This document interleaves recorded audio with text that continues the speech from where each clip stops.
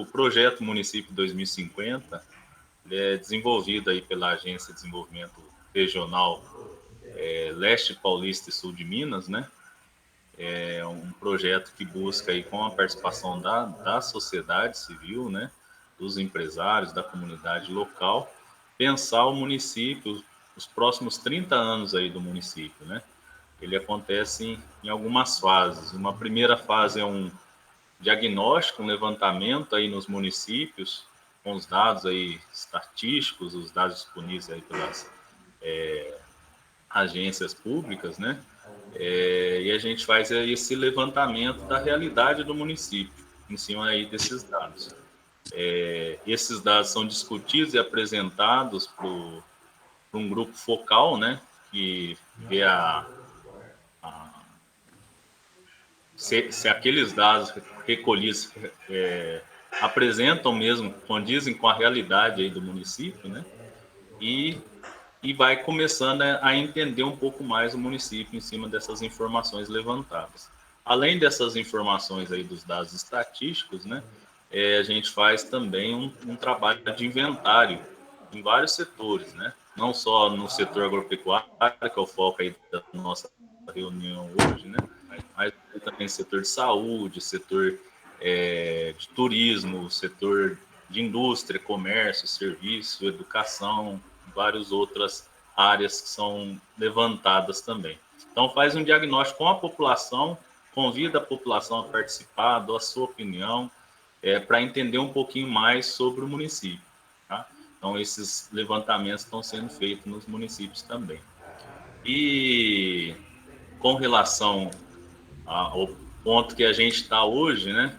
Mas hoje a gente vem trabalhando nesses levantamentos nos municípios de Tambaú, está aí o Mazinho, né? Representando aí o município de Tambaú, tem o município de Guaxupé também, né? E o município de São José do Rio Pardo, Vanderlei aí, e o pessoal de Rio Pardo participando, né? E agora a gente estava chegando no momento de apresentar esses dados e ir para uma discussão de propostas, ou seja, em cima da realidade que a gente tem hoje, dos nossos pontos fortes, nossos pontos fracos, né? As oportunidades aí que o mercado oferece, né? O que a gente quer para o futuro aí dos municípios, né? O que a gente quer para os próximos anos nos municípios. E a gente está chegando nessas discussões, quando aí veio a questão da pandemia, né? Da crise aí do coronavírus, e a gente está tendo que se adaptar e discutir isso virtualmente, né? Então a gente está trazendo essa webinar aqui, é uma série de webinar que a Agência de Desenvolvimento vai estar promovendo. A gente agradece muito o Juliano aí pela parceria, está se disponibilizando, tá aí hoje, né? E essa série de webinar que a gente está fazendo tem o objetivo de trazer informações diversas para que o pessoal possa ver oportunidades aí que a gente pode estar fazendo, desenvolvendo nos municípios, né? A gente está aqui o Gustavo lá de Lambari, que é um município aí que pensa também em estar desenvolvendo esse projeto Município de 2050, e uma das discussões aí que acontece, principalmente no grupo do agro, seja em Guaxupé, seja em Rio Pardo, né? É a questão aí está cada vez está muita evidência, né, as indicações geográficas, né? E aí por isso o convite aí ao Juliano, que tem um conhecimento muito grande, tive o prazer de conhecer ele aqui em Poços de Caldas. A gente tem pouco contato pela distância, né, mas a gente acompanha muito o trabalho dele. Eu tenho certeza que todo mundo aí vai gostar aí do bate-papo hoje. A gente vai fazer uma espécie de um bate-papo mesmo, né? Uma troca aí de informações, experiências. É um conteúdo muito grande, não vai dar para a gente sair daqui craque em indicações geográficas, mas eu tenho certeza que vai tirar muita dúvida das pessoas que têm um interesse sobre esse assunto, né? Tá? Bom, pessoal, eu acho que já deu aí uns 10 minutos, né? Até porque a nossa sala aqui, a gente tem um limite de 1 hora aí para apresentar, né? Então, boa noite a todos aí, de forma oficial. O pessoal que for chegando, a gente já vai adiantando, né? E aí eu vou adicionando o pessoal que chegar mais aí para participar desse webinar, tá bom? Para a gente começar, não sei todo mundo aqui que me conhece, né? Só me apresentar aqui rapidinho. Eu vou pedir para todo mundo aí, possível, desligar o vídeo e também o áudio, tá? Para que vai ser um bate-papo mais eu aqui com o Juliano. E no final vocês vão poder fazer perguntas. E se vocês quiserem já ir gravando também essas perguntas no chat, né? Depois eu posso estar encaminhando aí para o Juliano e dentro da possibilidade de tempo dele ele está respondendo, tá joia? Então aí para a gente começar, né? Meu nome é Ulisses, hoje eu estou, né, como secretário de Serviços Públicos aqui na Prefeitura Municipal de Botelhos, aqui no sul de Minas, e também atuando como consultor aí da Agência de Desenvolvimento do Leste Paulista e sul de Minas, nesse projeto Município 2050 voltado aí para o setor agropecuário. Tem outros consultores, o Ricardo aí está participando também, e tem vários outros consultores em outras áreas, tá? A Agência de Desenvolvimento é um trabalho, é um projeto que acontece há bastante tempo, desde 2000 vem fazendo ações aqui na região, começou em São João da Boa Vista, esse projeto Município 2050, um trabalho muito bacana, muito grande mesmo, que eu venho acompanhando há bastante tempo aí da Amélia, está aí presente também, a Amélia é a diretora da Agência de Desenvolvimento, e a gente agradece aí a Agência de Desenvolvimento também por estar presente aí, levando informações para os municípios aqui da região, né? Com certeza essa é uma das funções aí, dos objetivos da Agência de Desenvolvimento, tá bom? E para não estender muito, falar muito daqui da gente, eu acho que o objetivo hoje aqui é o Juliano, né? Para a gente aproveitar o tempo bem aqui com ele, eu já vou passar aqui então para algumas considerações já entrando na questão do tema aí do nosso webinar, tá bom? Esse webinar surgiu, além aí das discussões que a gente vem tendo dentro dos grupos aí dos municípios, né? Que levantou muito essa demanda, essa necessidade de entender um pouco mais sobre indicações geográficas e ver a possibilidade de municípios como São José do Rio Pardo buscar uma indicação geográfica voltada aí para o setor de hortifruti, ou o município de Guaxupé para o setor cafeeiro, né? Já é uma marca conhecida, Guaxupé, mas que não tem uma proteção ainda em cima dessa marca, né?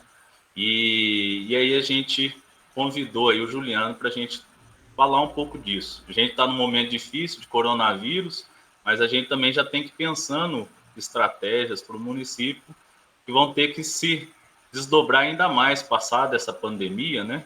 Para que tenha soluções para os seus munícipes e melhorar a qualidade de vida, gerar emprego, gerar desenvolvimento. Isso aí o desafio com certeza vai ser cada vez maior. Então, para começar aí esse bate-papo, gostaria que o Juliano se apresentasse, falasse um pouco aí de quem que é o Juliano, né? Eu já conheço bastante, tenho certeza que muitos aqui conhecem, né? Queria que você se apresentasse para aqueles que ainda não conhecem. Bacana, boa noite, Luiz, boa noite a todos os participantes. Obrigado pelo convite, né? Eu acompanho também o trabalho do Luiz tem bastante tempo, uma pessoa muito ativa aí, né, no agronegócio da região de vocês. Fairtrade também, né, Luiz? Já atuou bastante no Fairtrade. Então é um prazer tá batendo esse papo com vocês. Eu moro aqui em Patrocínio, né, Cerrado Mineiro. Eu estudei agronomia, né, sou engenheiro agrônomo e também fiz especialização em gestão no agronegócio café e atuo aqui na Federação dos Cafeicultores do Cerrado e a Fundação de Desenvolvimento do Cerrado Mineiro como superintendente. A federação é a entidade responsável pela gestão da marca e denominação de origem região do Cerrado Mineiro, né? Primeira e única, por enquanto, denominação de origem para café no Brasil. Eu tô aqui no sistema tem 12 anos, né, oficialmente aqui no sistema, quase 13 anos. E antes de estar aqui, eu sempre atuei na cafeicultura. E, e depois de entrar aqui no sistema Cerrado Mineiro, a gente deu um foco muito grande aí no tema, né? Indicação geográfica, né? Denominação de origem, marca território. Vocês estão aqui num grupo que trabalha desenvolvimento regional.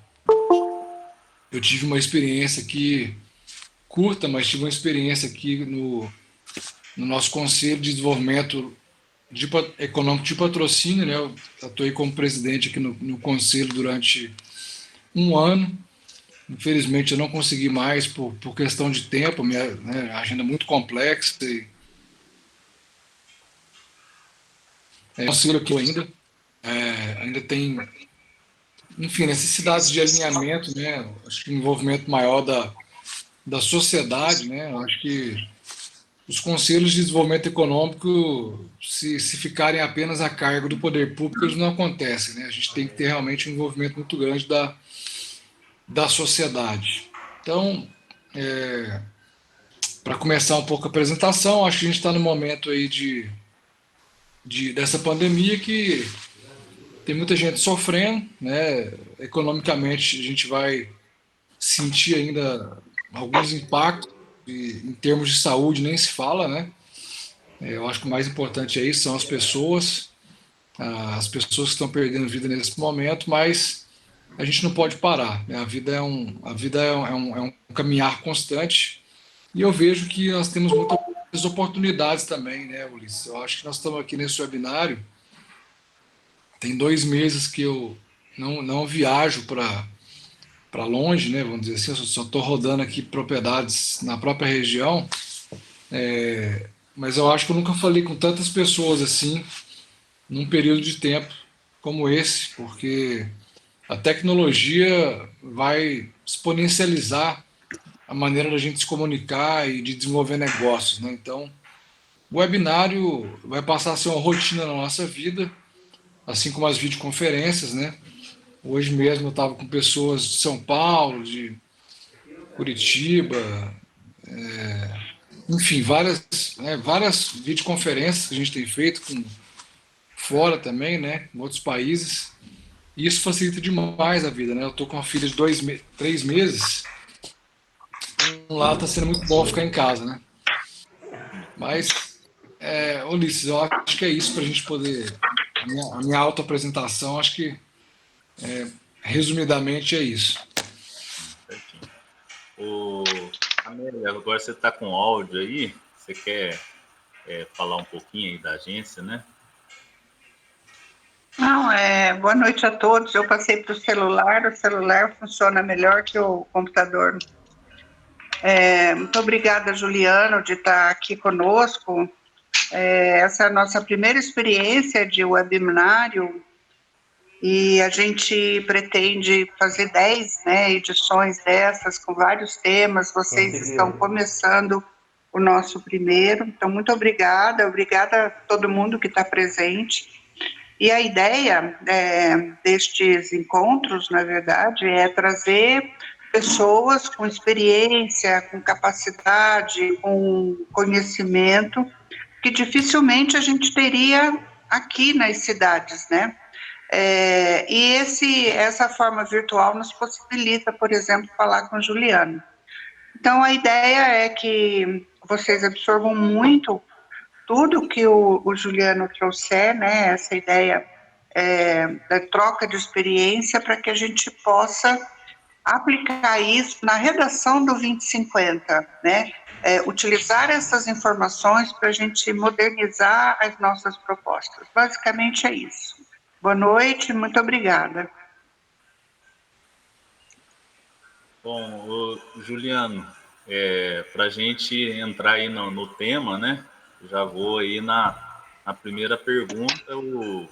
queria, é lógico, o tempo é curto, né? Mas se você pudesse dar uma explicação rápida aí sobre o que é uma indicação geográfica, né?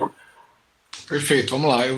Realmente eu vou ser muito objetivo aqui, porque eu acho que depois, quem quiser se aprofundar, a gente pode continuar de outra maneira e indicar materiais, etc. Mas indicação geográfica, Ulisses, de uma maneira muito prática, né, eu vou fazer uma pergunta para vocês. Todo mundo já ouviu falar de champanhe, né? Todo mundo já tomou uma champanhe. Todo mundo já ouviu falar ou já experimentou um Brunello Montalcino da Itália, né? Um vinho. Um queijo parmegiano reggiano na Itália, o presunto do Parma, um pata negra na Espanha, né? Isso é uma indicação geográfica, né? Resumidamente, existem muitos conceitos, né, complexos sobre indicação geográfica, mas a parte conceitual a gente pode consultar em livro. O mais importante é entender que uma indicação geográfica é um território que ganha fama, né, um território que ganha notoriedade, que ganha reconhecimento por produzir determinado produto ou determinados produtos com excelência em qualidade, né? Essa história nasceu lá em Portugal, né? A história das indicações geográficas ela nasceu em Portugal no século 1700, quando o vinho do Porto, que todo mundo conhece também, né? Um vinho fortificado, um vinho sobremesa, ele ganhou fama e começou a ser pirateado no território europeu. Então as pessoas vendiam vinhos produzidos em outros territórios, como o vinho do Porto, e aí Marquês de Pombal, que era um governante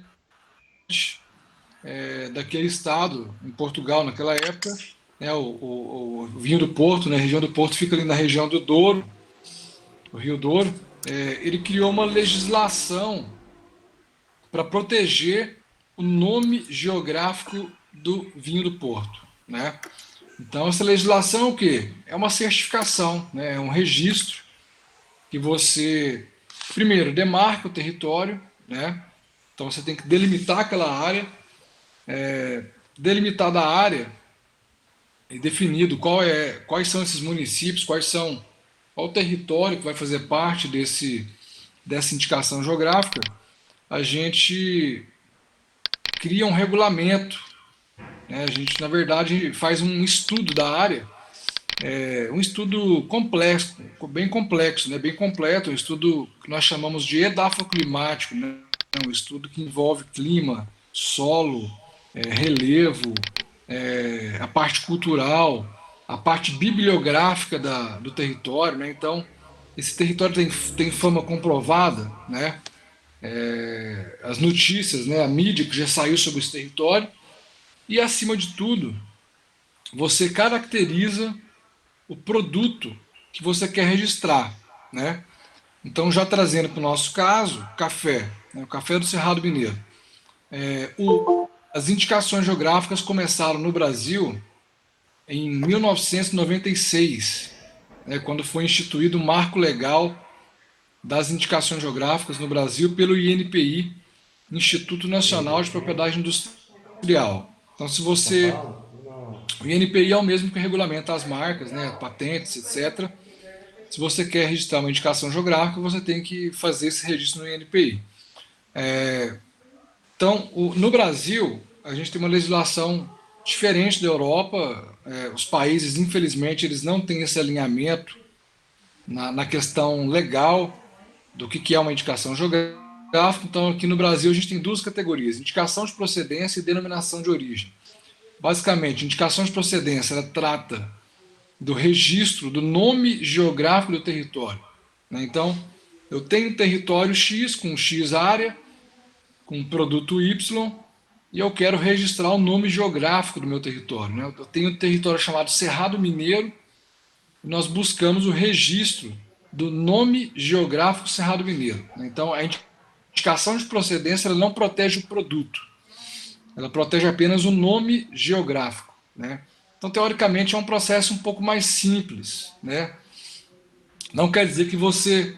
para mim ir para uma denominação de origem, eu preciso ter primeiro a indicação de procedência? Não, você pode ir direto para o ODO. E a DO envolve o quê? A denominação de origem, que é a segunda categoria. A denominação de origem ela envolve também o produto, né? Então, eu tenho um território demarcado que produz determinado produto, e então eu tenho que comprovar que esse produto, as características que eu obtenho, somente nesse território é possível eu obter essas características. Então, nós primeiro tivemos o registro da indicação de procedência e depois caminhamos para a denominação de origem, né? O Cerrado Mineiro tem indicação de procedência desde 2005 e a denominação de origem veio em 2013, né? Para vocês terem ideia, o registro de indicação de procedência ele demorou 9 anos, 8 anos, na verdade, para ser concebido. Por que 8 anos? Né? Porque o INPI, quando começou o processo de... Quando ele recebeu o marco legal, ele não tinha nem uma coordenação de indicação geográfica, né, ainda no Brasil. Então foi se estruturando o departamento e o pedido, né, do Cerrado Mineiro foi o primeiro para café no mundo e eles não tinham uma comparação para fazer o estudo. Tanto que o Vale dos Vinhedos foi a primeira indicação geográfica a ser reconhecida no Brasil para vinho, né? O nosso Vale dos Vinhedos fica lá no Rio Grande do Sul. E ele depositou depois o Cerrado Mineiro e teve o registro concedido primeiro, em 2002. Porque eles pegaram a base de estudo europeia para poder comparar e ter o registro. Então, já a nossa denominação de origem, o período de avaliação foi mais curto, né? Nós depositamos o pedido em 2010 e tivemos o registro em 2013. Então, foram 4 anos de avaliação. Mas por que demora tanto? Porque é complexo, né? É um dossiê, é um livro, né, que é montado com muitos documentos, vai e vem a análise. O INPI é um órgão pequeno, então, de fato, é uma estratégia que é longa, né? É um processo de longo prazo e como eu falei com o Ulisses, não é uma estratégia para você começar com ela, né? A indicação geográfica ela vem com a consequência de um território que vai ser desenvolvido. Então, Juliano, eu acho que aí chega no ponto aí de uma outra questionamento, né? Como você mesmo colocou, é um processo demorado, né? É um processo que requer muito engajamento, primeiro aí da comunidade, né? E também a parte documental também, né? A gente tem visto crescer muito aí o número de indicações geográficas no Brasil, né? Mas como a gente conversou antes até desse webinar, a gente tem que ter o cuidado para não ser uma indicação geográfica de gaveta, né? Ou seja, você tem o documento, mas a tua marca, a tua região não é conhecida, né? Aí entra isso que você ia comentar, né? Você ia falar que o processo de valorização da marca da região, ele pode acontecer antes ou até concomitante aí ao processo de registro mesmo da região, né, junto ao INPI, não é isso? Sem dúvida nenhuma, né? O Brasil hoje, Ulisses, ele conta com quase 70 territórios com indicação geográfica. Nós temos aí indicação para vinho, para queijo, para camarão, para artesanato, para carne, para arroz, para farinha, é uma miscelânea, né, de produtos, tem até serviços, né, o calçado de Franca. Então, o que acontece? A maioria das indicações geográficas no Brasil são de gaveta, infelizmente, porque esse conceito, na minha humilde visão, ele não tem sido trabalhado da forma correta, porque você primeiro tem que construir a fama do território, né? Não justifica eu criar uma indicação geográfica para um território que ninguém conhece, ou, melhor dizendo, não que ninguém conhece, mas que eu não tenho necessidade de proteção, né? A indicação geográfica, um primeiro objetivo e papel é o papel de proteção do território. Então, como você falou, No nosso caso, nós começamos com a marca, né? Em 93 foi criada a marca Café do Cerrado, criada pelo Conselho de Associações de Cafeicultores do Cerrado, né? O antigo CACER, que hoje é a federação. Com qual objetivo? Né? Os produtores do Cerrado Mineiro se reuniram naquela época e decidiram criar uma estratégia de diferenciação do território através da marca. Porque a marca Café do Brasil é uma marca que é comoditizada, é uma marca que não... Primeiro que é uma marca que não tem nem gestão. Né? Café do Brasil, se eu quiser pintar ela aqui no tapete da minha casa, eu pinto e não preciso pedir para ninguém. Então isso é uma marca que não tem controle, né? Então, infelizmente, tá, gente? Isso é uma coisa triste que eu estou contando.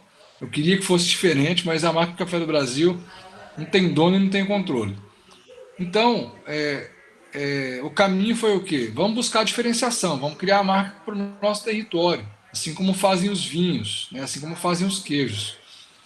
Com a criação da marca, essa marca começou a ser promovida, né? Concursos, mídia, feiras, e essa marca começou a ser reconhecida, né? Então o pessoal, Café do Cerrado, né? Aquele pessoal lá, Café do Cerrado. Então, o reconhecimento traz o quê? Fama, notoriedade, né? Quando você chega nesse estágio de falar assim, o meu território se tornou famoso, se tornou reconhecido, aí sim eu entro no estágio de indicação geográfica. Só que, junto da marca, eu posso ter o processo de certificação de origem, né? A certificação de origem, ela não é atrelada essencialmente à indicação geográfica, né? A certificação de origem, ela é uma estratégia, uma ferramenta para que você garanta a origem e a qualidade do produto da sua região, ou dos produtos da sua região. E você estabelece um protocolo, estabelece uma rastreabilidade, uma forma de gerir essa estrutura e está estabelecida a indicação geográfica, né? A gente tem a certificação de origem. A gente tem um caso no Brasil, né? As matas de Minas, que por enquanto são apenas uma marca coletiva, não tem indicação geográfica ainda reconhecida e já tem um processo de certificação de origem acontecendo, né?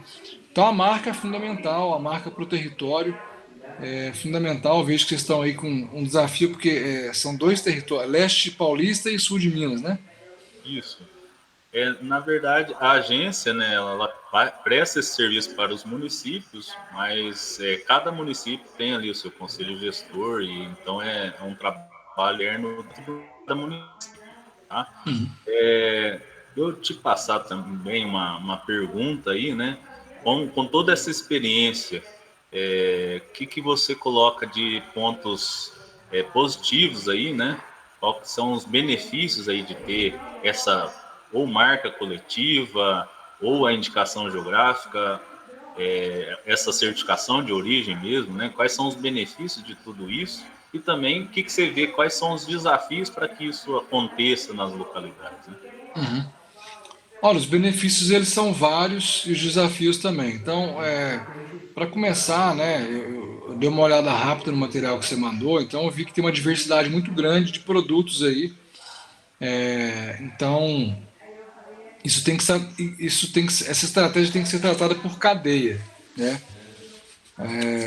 A não ser que você pode ter um caso aí, por exemplo, como São Gotardo, região de São Gotardo e região do Jaíba, que são governanças territoriais com marca coletiva, trabalhando mais de um produto sob o mesmo guarda-chuva. Tá? É possível fazer isso também. Agora, como vocês estão na região agrícola, né, e vocês estão em São Paulo e sul de Minas, vocês estão num eixo São Paulo, que é onde tem o consumidor com o maior poder aquisitivo do Brasil. Então, vocês estão muito perto de um grande centro consumidor. Isso traz oportunidades de posicionamento no mercado, né? Vocês têm um consumidor aí que é exigente. Agora, se eu vendo um produto que não tem origem, como que eu vou agregar valor nesse produto, né? De onde que é esse produto? Qual a garantia de rastreabilidade que eu tenho? Qual a marca desse produto? Se ele não tem isso, ele é uma commodity, né? Ele é um produto de um nível mais simples de comercialização. Não posso exigir melhores preços, melhores condições, melhor tratamento, se eu não tenho uma abordagem para o meu produto, né? Ele vai Então, ficar, ele vai ficar refém ali dos preços da cotação do mercado mesmo, né? não dá nem para você ter um posicionamento, né? Eu acho assim, eu produzo o queijo, não sei, o queijo não sei das quantas, mas de onde que é esse queijo, né? Qual que é a origem dele? Ele tem rastreabilidade, né? Ele tem garantia de origem, ele tem garantia de qualidade, ele tem procedência, ele tem... Qual é a marca, né? Porque a marca, ela ajuda o seu comprador, né, o seu cliente, a posicionar esse produto para frente, né?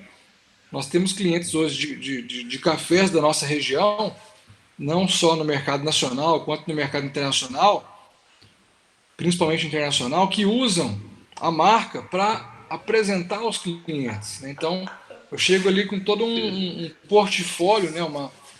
Uma forma de abordagem, que eu não estou vendendo só café, eu estou vendendo história, estou vendendo rastreabilidade, garantia de origem, procedência.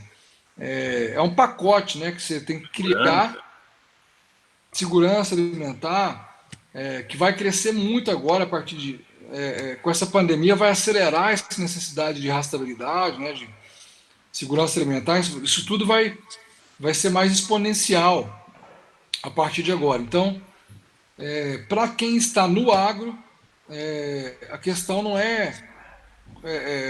o benefício, quando eu vou entrar, né? Não tem como. Honestamente, eu não vejo muito futuro, né, para as cadeias agrícolas que não se organizaram em torno de ter uma rastreabilidade, uma marca. E aí, depois a indicação geográfica é a consequência de um trabalho bem feito, né, no início. Então vocês têm que ter um plano, né? Vocês estão falando de plano aí 2050, plano tal. Perfeito. A gente acabou de encerrar aqui um plano 15-20, um plano de desenvolvimento territorial do Café do Cerrado Mineiro, né? Com bastante êxito, foram mais de 30 ações, crescemos em 40% o volume de café com denominação de origem, dobramos o número de comprador. Então, por quê? Porque nós tivemos um plano de longo prazo e agora vamos ter um plano 2030. É um plano para a Cafeicultura do Cerrado 2030. Quem participa? Os cafeicultores, as cooperativas e associações ligadas aqui à federação e também os exportadores, né? A gente ouve também esse público aí, que é o nosso cliente. Desafio. O primeiro grande desafio, gente, governança. Se você não tem governança, não precisa nem começar a mexer, né? Ô, Tem que ter uma... Juliano, só pegar nesse ponto, né, da questão da governança, porque realmente eu acho que é o ponto-chave aí, né, e talvez o primeiro de tudo aí que trabalhar, né, explica um pouquinho o que seria essa governança aí dentro de uma cadeia produtiva, né? Sim. Bom, a governança, ela é o organismo, né, a organização que vai gerir o processo de desenvolvimento territorial. Né? Então você tem uma associação, né? A federação para a qual eu trabalho, a natureza jurídica dela é uma associação, né? A federação é um nome fantasia. Então a associação ela vai reunir os atores locais desse território que têm interesse comum no desenvolvimento coletivo desse território, né? Isso vai variar muito. No nosso caso, é um território muito grande, são 55 municípios, né?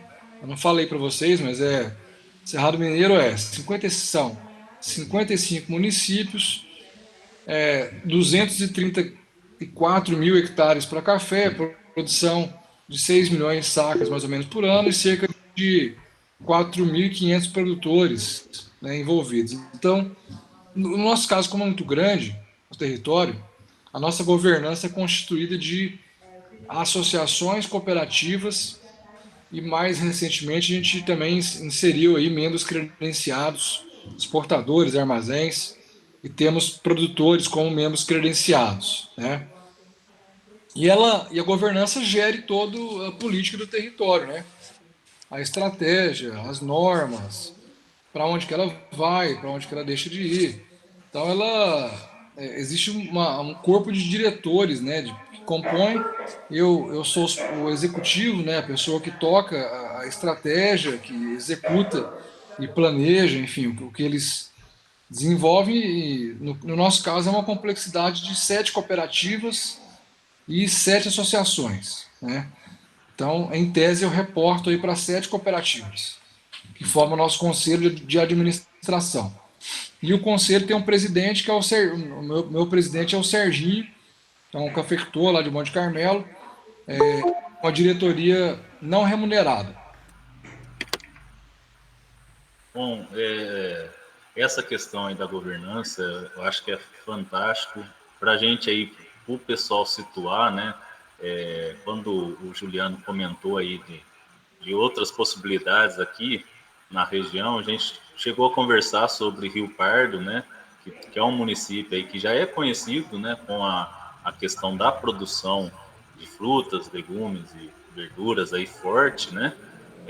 Mas que realmente o primeiro passo, se for pensar em num processo desse, seria ter uma governança, ou seja, quem que vai cuidar disso, né? Quem que vai estruturar todo o processo, a organização dos produtores, da cadeia produtiva, né? E do desenvolvimento local, que é o que a gente espera aqui dentro do projeto Município de 2050 também, né? Mas você está comentando que esse é um desafio, e quais são os outros, né? Os outros, se você tem uma governança instituída, né, um próximo desafio aí para o desenvolvimento territorial são os recursos, né? Recursos humanos e recursos financeiros, né? Vejo muita entidade que se forma aí para constituir uma indicação geográfica que não consegue monetizar o trabalho dela, não consegue receita para trabalhar. Então também não resolve nada, né? Você tem um conselho, uma instituição, uma organização que não tem receita, infelizmente ela não consegue tocar essa estratégia. No nosso caso, como que isso é feito?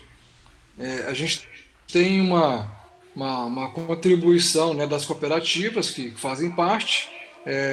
Nós temos o Sebrae como parceiro, um investidor.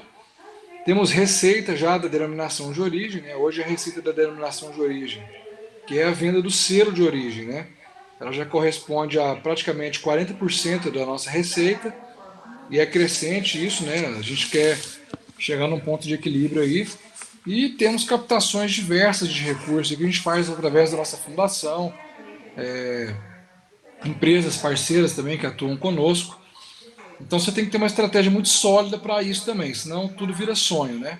Não adianta montar um PowerPoint bacana, contratar consultoria, se não vai ter quem executar e recursos para executar, né?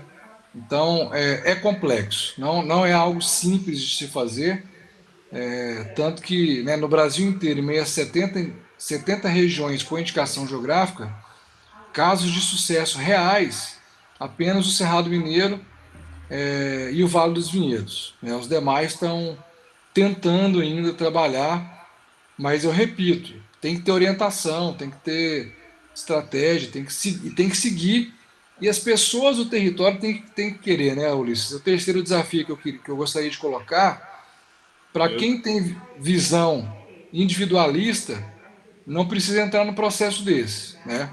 Isso é um processo coletivo que traz benefícios coletivos, né? Nós não teríamos atingido nem um milésimo perto do que a região atingiu se nós tivéssemos um sentimento aqui individualista, né? Obviamente tem pessoas que têm, mas as pessoas que têm, naturalmente, elas não estão inseridas na estratégia, né? E quem está inserido tem um sentimento coletivo, uma vontade de contribuir para o crescimento da região como um todo. E você desenvolvendo a região como um todo, a fatia o bolo aumentando, a sua fatia também aumenta. E é um ciclo vicioso, né? Um ciclo virtuoso que você constrói. e que eu não tenho dúvida nenhuma dos benefícios. Ô, Juliano, até para deixar um tempo para o pessoal perguntar também, né? Vou abrir aí para as perguntas. Mas uma última pergunta minha, né? Em cima disso que você colocou mesmo, mas com a experiência que você tem aí de sucesso, né? Como engajar as pessoas num processo desse, né?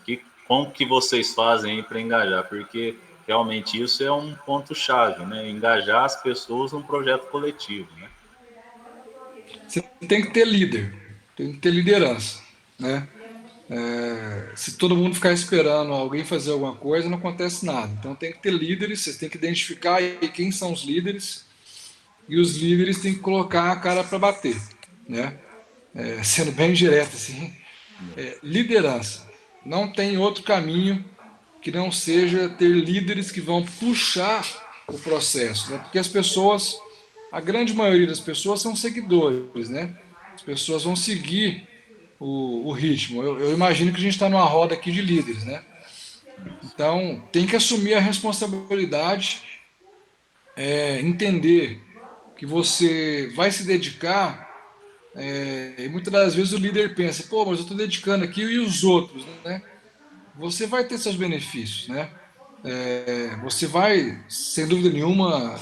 Então a gente tem uma preocupação muito grande, Ulisses, tanto que o nosso presidente já tem tempo que ele está na liderança aqui, porque não tem ninguém no ponto de substituir ele ainda, entendeu? Então, assim, trocar por trocar, não. Né? Tem muita entidade que, não, tem que trocar todo ano, tem que trocar de 2 em 2 anos. Não, não é isso. Tem que trocar quando der para trocar, né? Não adianta eu pegar um líder super engajado e substituir ele por um que não vai estar. Então aqui a gente tem uma formação, uma preocupação muito grande com quem vai estar à frente do processo, né? Tem que ser gente de credibilidade, né, que vai poder arrastar as outras, né? O nosso presidente aqui é um cara que tem uma credibilidade no café em nível internacional, então ele consegue integrar as pessoas, né? O que ele fala tem peso, as pessoas acreditam e seguem. Bom, esse é um ponto aí que a gente vem discutindo também dentro dos grupos aí, a questão das lideranças rurais, né, que a gente tem que desenvolver. Bom, pessoal, eu tenho mais, lógico, o papo, a gente vai surgindo um monte de perguntas, mas eu vou abrir aí para vocês, quem tiver perguntas, né? A gente está abrindo aí, eu tenho mais algumas, se sobrar um tempo eu ainda faço. Alguém tem perguntas? Pode abrir o microfone aí. Como a gente tem poucas pessoas, acho que pode ser pelo microfone mesmo. Ninguém? Putz. Posso falar? Pode.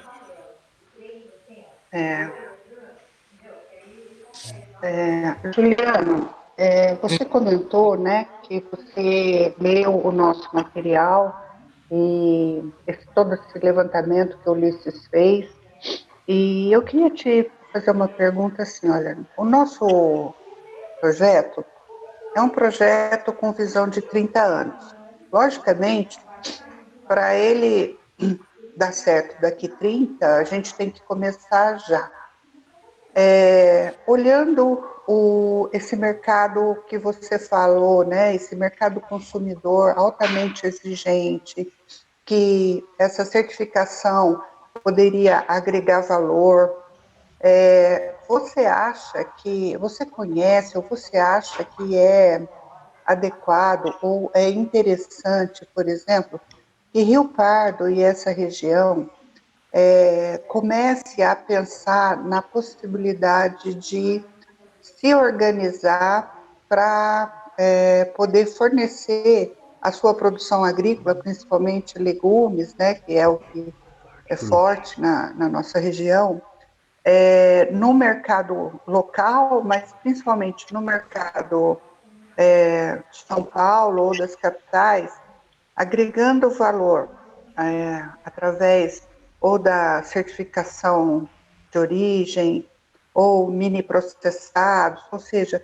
você acha que isso pode ser um caminho? Não. O que você recomenda para a gente pensar nesse sentido?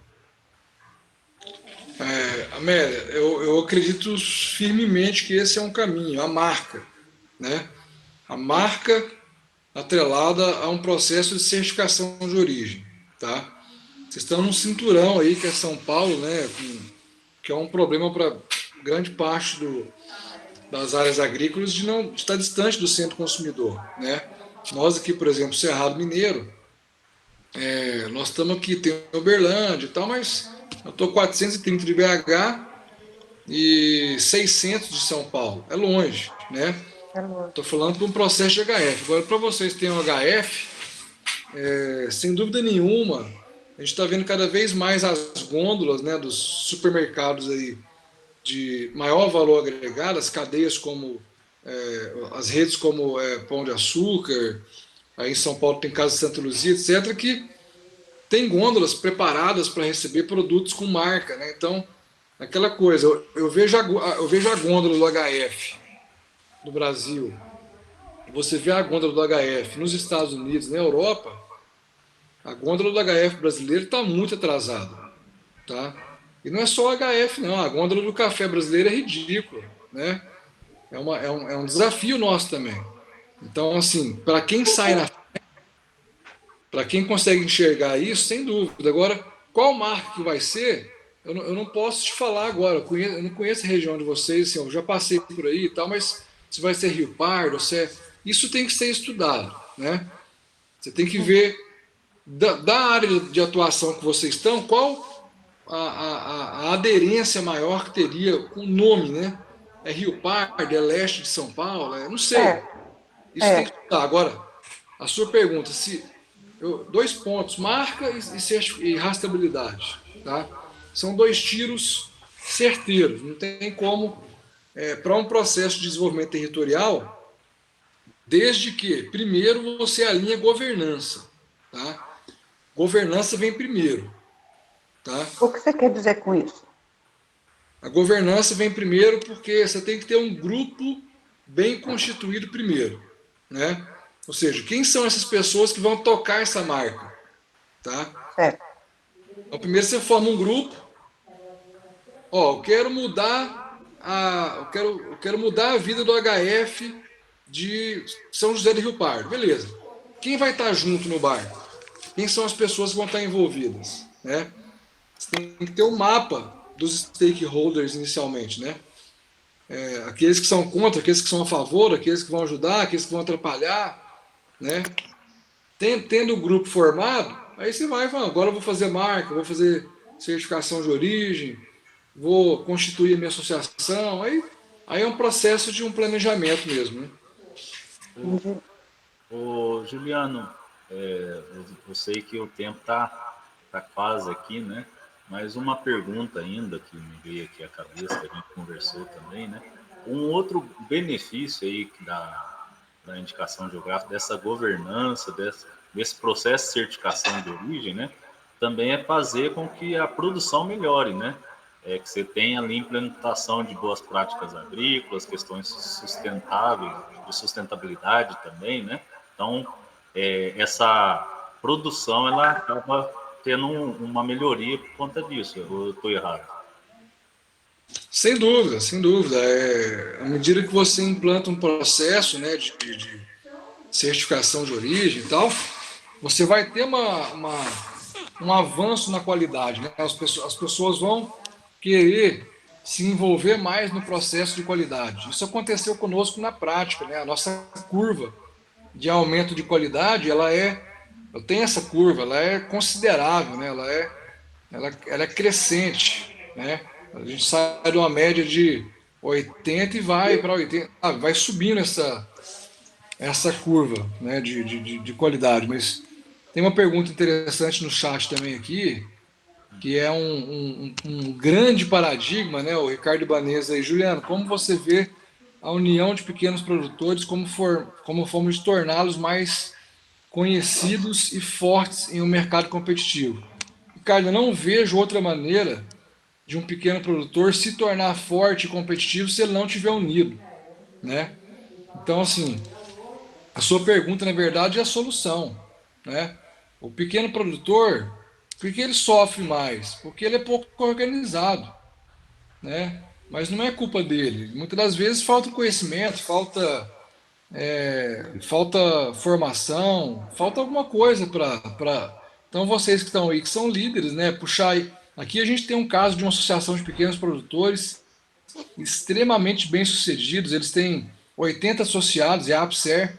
Eu participei da fundação dela, Associação de Pequenos Produtores do Cerrado. Vende café Fairtrade hoje para o mundo inteiro. Todo mundo com carro na garagem, casa bem construída, menino na escola, menino falando inglês, porque tem organização, tem marca, tem apresentação, né? Isso é fundamental. Tem mais uma pergunta aí do Ricardo, que eu acho que é interessante também, a questão do que como os sindicatos e a administração pública ela pode estar ajudando nesse processo, né? Ricardo, se ela quiser, ela pode se envolver na governança, tá? Ela pode ser uma influenciadora do processo, né? Porque a gente sabe que o pequeno produtor, como ele tem que fazer praticamente tudo que está na atividade dele, né, na fazenda dele, na propriedade, ele tem pouco tempo para fazer outras coisas, né? Aqui a gente tem muito cafeicultor empresarial, então ele tem mais tempo para fazer, para ter reunião, enfim, para ficar discutindo a filosofia do negócio. Já o pequeno não, o pequeno ele tem que fazer tudo, né? Ele tem que fazer tudo. Então ele tem pouco tempo para se envolver nessa questão de governança, nessa questão de estratégia. Então os sindicatos e poder público, eles podem sim ser um agente importante nessa condução, mas ele não pode ser só ele. Ele tem que chegar e falar assim, ó, produtor, eu vou te incubar, mas daqui a um tempo você vai ter que andar sozinho, né? É assim que eu Ser vejo. dono do processo, né? Tem que ser dono do processo. Ele tem que apoiar, né? É. Bom, tem uma pergunta aqui da Jaqueline, né? Como fazer para diminuir essa cultura aí de informalidade dos pequenos produtores? Vera. Olha, capacitação, né? Eu acho que empoderamento, capacitação, você tem que ter um projeto para isso, você tem que ter um programa para isso, né? Aí quem vai encabeçar esse programa é que é o grande desafio, né? Então eu vi que vocês têm diagnóstico aí, eu tenho X produtores na minha área. Então eu quero fazer um trabalho com esses produtores, já que vocês notaram, né, notam aí que a informalidade é um problema, né, para esse produtor, vamos trazer ele para a formalidade, né, vamos instruir ele a isso. Mas eu repito, o trabalho com o pequeno produtor, eu acho ele mais complexo do que o trabalho com um grande produtor do ponto de vista organizacional, tá?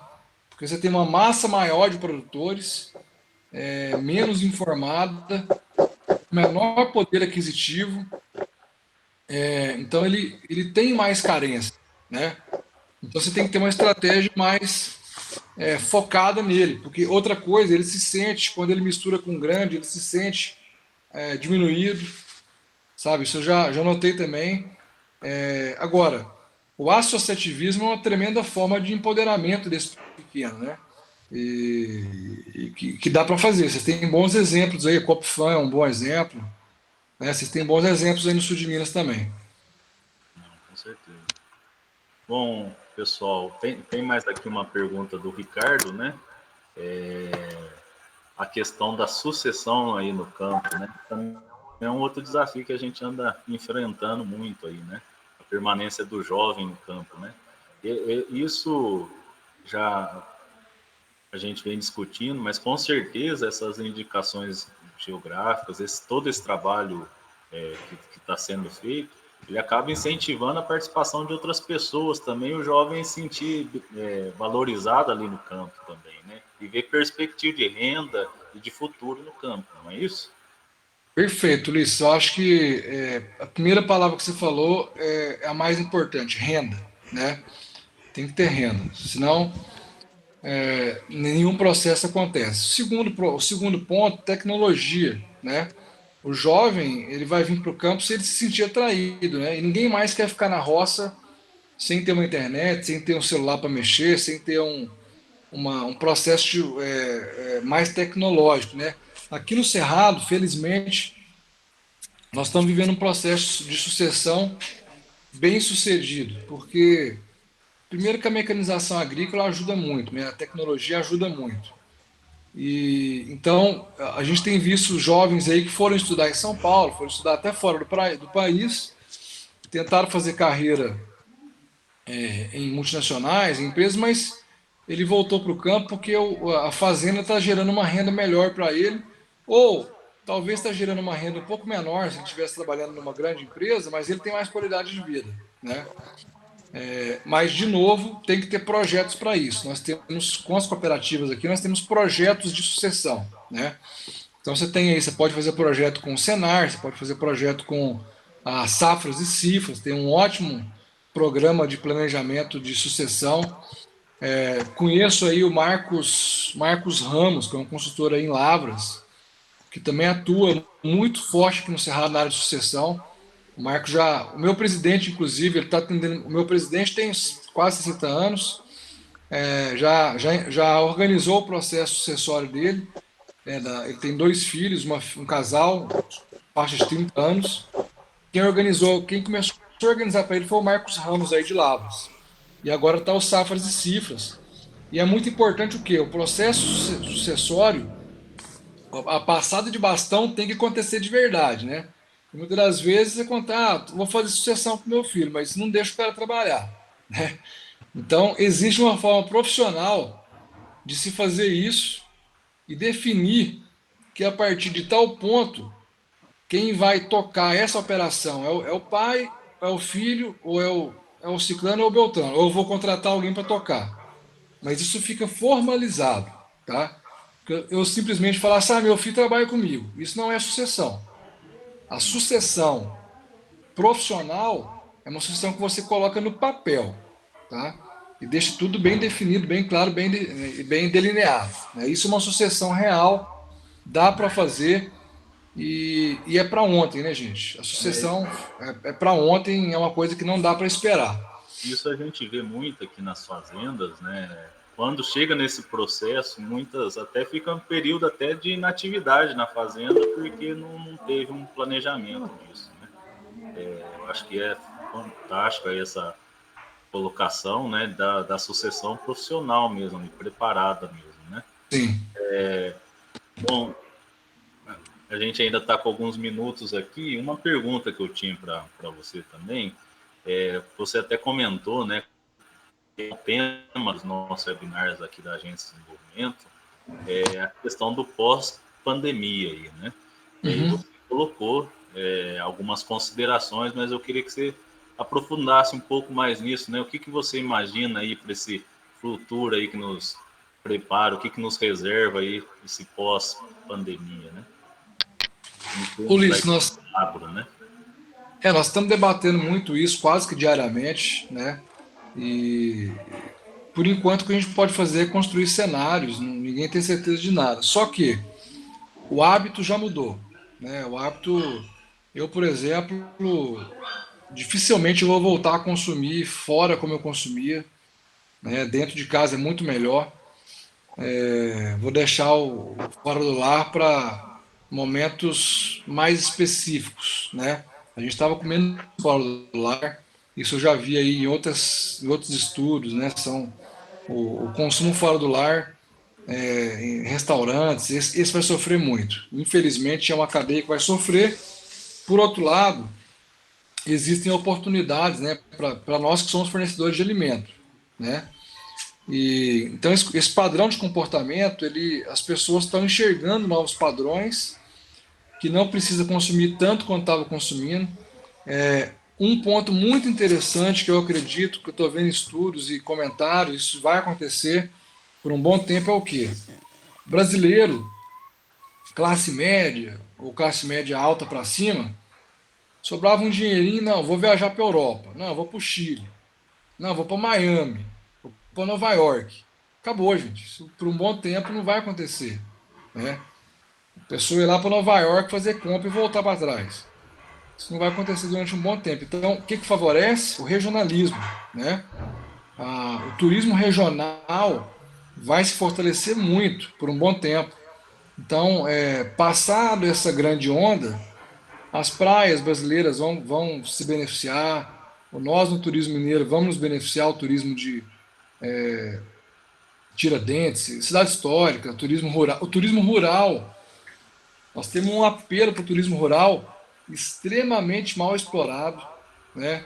O Brasil não sabe fazer turismo rural ainda. Estamos caminhando. Então, quando eu falo assim, gente, o Brasil não sabe fazer turismo rural, isso não é ruim, não, isso é oportunidade, né? A gente tem que enxergar a oportunidade, porque vocês estão aí, como eu falei, vocês estão aí, Vale da Grama, Divinolândia, Poços de Caldas, é uma região turística, né, Ulisses? Isso. Ô, Juliano, Então, é bacana você tocar nesse ponto. Eu aqui em Botelhos, eu estou numa correria para deixar montado o meu trecho aqui do Caminho da Fé, porque apesar de todo o que a gente está passando, né, a gente sabe, a única certeza que a gente tem disso é que uma hora vai acabar, né? Vai passar e a gente vai sim, começando a retomar as coisas. Eu sei que a questão do Caminho da Fé vai ser uma demanda grande aí, né? E aí a gente espera Botelhos preparado aí para esse momento pós-pandemia, Vai né? lá, comeu E de aqui a novo. gente está o Mazinho aqui de Tambaú, que tem lá Eu o não Santos, sei. o Padre Atlético, né? E tem o Caminho da Fé também ali. E a gente, dentro do grupo, a gente discute muito isso, essa questão do turismo rural, o potencial que tem o município de Tambaú, que na verdade Tambaú já recebe muitos turistas e poderia estar aproveitando ainda mais aquele fluxo de turistas que tem ali dentro do meio rural, né? Ulisses, sem dúvida nenhuma. Eu não sou da área de turismo, mas assim, eu sou entusiasta do turismo, porque o turismo ele é um business, ele é um grande business, né? Um grande negócio, e o Brasil não enxerga turismo como negócio. Então, o que acontece? Você vai para fora, o povo que você mais vê viajando agora é chinês, né? Mas depois do chinês é brasileiro. Que foi, Então você Ney? fala assim, gente, nós temos tanta coisa para ver no Brasil. Então, assim, se nós tivermos uma estratégia em Minas Gerais, esse pedacinho de São Paulo aí que divide com o sul de Minas, é a Toscana brasileira, né? É onde tem mais potencial turístico aí para ser desenvolvido. E, de novo, como vocês estão aí do lado de São Paulo, gente, vocês estão muito na frente, né? Para trazer o povo de São Paulo para gastar dinheiro aí, né? Para comer um queijo, para comer uma hortaliça, enfim, para estar na região de vocês. Então, e esse pessoal que tem grana, que tem renda, vai parar de sair para fora por um bom tempo. Mas eles vão querer sair, né? E onde que eles vão gastar? Nós temos muito que evoluir o turismo rural nosso. Essa ideia do caminho aí, Ulisses, super ideia, é um negócio muito legal. Pô, tem o caminho de Santiago lá que você vai para Espanha e gasta não sei quanto. Por que não pode fazer dezenas, milhares de caminhos dentro do Brasil, né? Por que tudo tem que ser na Europa, né? Então é uma questão, gente, de ter planejamento e foco, né? E das lideranças construírem isso, né? Bom, É um desafio para nós também. como eu sei que aqui tem gente de Guaxupé também, né? Eu tenho discutido isso em Guaxupé, que eu falo, Guaxupé já recebe um fluxo gigantesco de turista de negócio, né? E muitas vezes vai passar ali uma semana ali negociando, mas às vezes não quer ficar num hotel como se estivesse no centro de São Paulo. Às vezes ele quer estar um ambiente mais voltado ali para o rural, né? Então, outras oportunidades. Isso, aí na região do Cerrado, vocês exploram essa oportunidade? Não, o turismo aqui é uma fraqueza nossa, né? Até eu discuto isso muito com as pessoas aqui, mas assim, nós temos um turismo de negócio excepcional, né? Excepcional. Recebemos gringo aí o ano inteiro. Agora, o turismo de experiência, esse ainda é fraco, porque a região está formando a cultura dela. A região é muito nova, né? O café aqui tem 40 anos só. mas estamos num processo muito grande de crescimento de propriedade de queijo, produtora de queijo, porque um ponto importante, para você promover turismo rural, você não consegue promover em torno de um produto só. Você tem que ter uma cesta de produtos, né? Tem até uma teoria francesa que fala isso, a teoria da cesta de produtos, né? Porque eu não vou numa região só tomar café, né? Eu vou na região, eu quero tomar café, eu quero comer queijo, quero tomar vinho, quero comer doce. Na Europa, a base deles é essa, né? Então, à medida que você tem uma cesta de produto, você consegue atrair um público que vai. E nós estamos fazendo essa cesta. Então, nós temos aqui agora café, queijo, vinho, estamos começando a produzir vinho, temos suinocultura muito forte, só que o suinocultura, eu não posso vender só pernil, linguiça, eu tenho que fazer ramon, né? Eu tenho que fazer prosciutto, tenho que fazer coisa nobre, né? Tem que ter cortes mais elaborados. Então, com esse processo agora, Ulisses, de fazer a cesta, aí sim nós vamos ter uma estratégia de turismo mais elaborada, né? Bom, pessoal, vocês viram que o Juliano aí, como eu comentei no início, é muito assunto. A gente queria explorar ele aí mais, né? Com certeza, acho que posso depois passar aí para a Amélia, se ela confirma ou não meu convite, mas é uma hora passando isso, a gente poder estar aqui presencialmente também, a gente Seria gostaria maravilhoso, né? para a gente aproveitar um pouco mais, mas eu agradeço aí a participação de todos, tá? Espero que todos tenham gostado, como eu gostei. Agradeço muito, Juliano, a disponibilidade do Juliano, tá dedicando aí esses momentos aí, essa experiência aqui com a gente. E eu encerro aí assim o nosso webinar, até para sei que o Juliano tem outros compromissos também, tá? Bom, Pessoal, eu pessoal, que agradeço. e foi gravado aí a live, depois a gente vai estar disponibilizando aí pro grupo, tá joia? Obrigado, Juliano. Obrigado a vocês, é um prazer, né? É o que a gente ama fazer e nessa vida nós somos uns pelos outros, né? Então, quando puder ir para aí, com certeza eu vou, porque é uma região bonita, né? Poços de Caldas, toda essa região aí. Então, me convida perto de um fim de semana, que eu já passo o fim de semana aí, fazendo um turismo rural. Combinado. Pessoal, Boa noite. boa noite a Fica todos. com Viu? Deus aí.